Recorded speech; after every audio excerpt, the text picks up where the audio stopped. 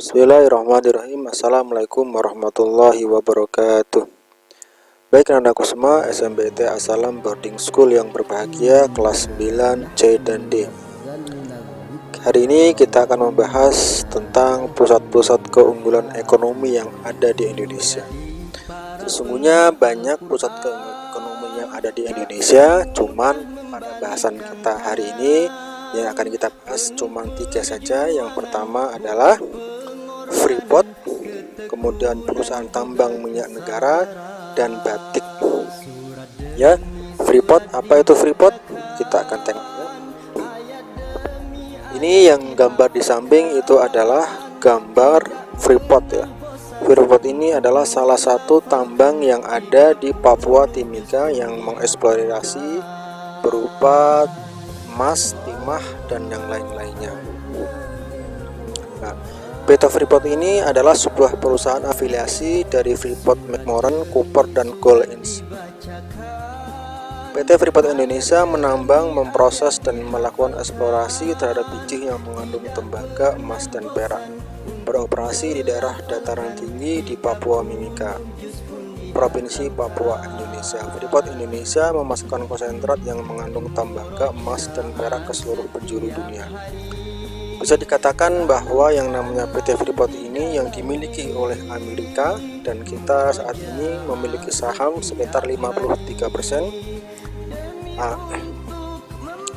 Adalah salah satu tambang emas terbesar yang ada di dunia. Dulu ketika Freeport ini belum menemukan tambang emas yang ada di Indonesia, mereka adalah sebuah perusahaan yang miskin dan tidak punya apa-apa. Tetapi ketika mereka melakukan eksplorasi tambang emas yang ada di Papua Timika, akhirnya mereka menjadi sebuah perusahaan yang sangat kaya sekali dan sangat besar sekali. Ini produksinya sangat besar sekali yang namanya Freeport Indonesia ini. Kalau seandainya kita Freeport Indonesia ini dikuasai oleh Indonesia, maka untuk kemakmuran masyarakat kita ini sangat-sangat luar biasa ya.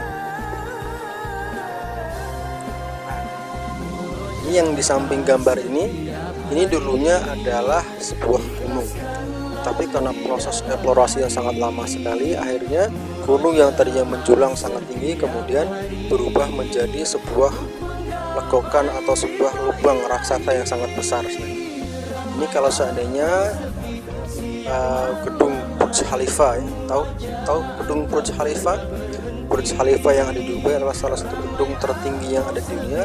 Seandainya dimasukkan ke dalam ini, ke lubang ini, maka itu adalah sangat kecil sekali dibandingkan dengan lubang ini. Itu adalah salah satu bentuk eksplorasi biji emas yang ada di Indonesia. Nah, ini ada beberapa kontribusi Freeport Indonesia untuk negara ya. Ini yang bisa dapatkan di buku IPS. Tetapi ketika kalian untuk mencari informasi yang lebih mengenai Freeport ini, boleh kalian searching di kitab YouTube atau search Google. Nah, di sana mungkin akan lebih lengkap berkaitan dengan Freeport ya.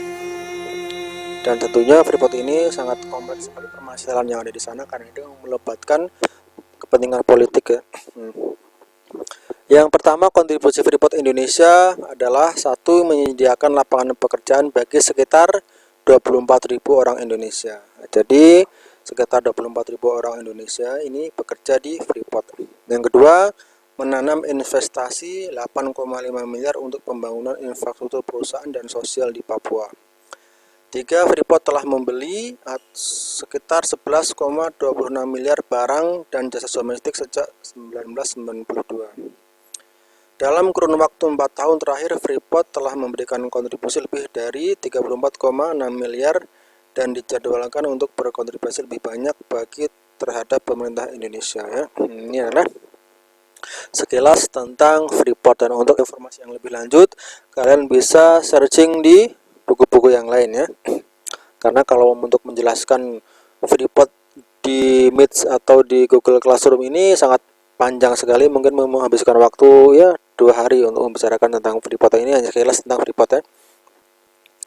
Yang selanjutnya adalah perusahaan tambang minyak negara atau PTMN ya.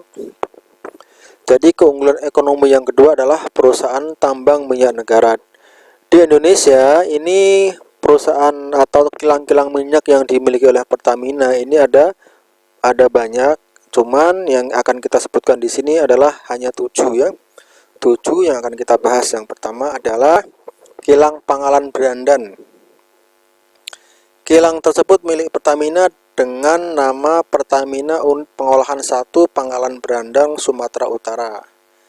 Kapasitas kilang ini mencapai 5.000 barel per hari. Jadi kebutuhan minyak kita di Indonesia itu adalah 1,5 juta barel, tetapi untuk pemenuhan kebutuhannya kita hanya mampu mencukupi 1 juta barel per hari. Jadi masih kurang sisanya 500 barel per hari. Artinya yang 500 barel itu kita harus mengekspor dari luar negeri. Ini adalah salah satu ironi negeri kita yang sesungguhnya banyak sekali yang namanya minyak-minyak yang ada di Indonesia tetapi justru dieksplorasi oleh perusahaan luar ya.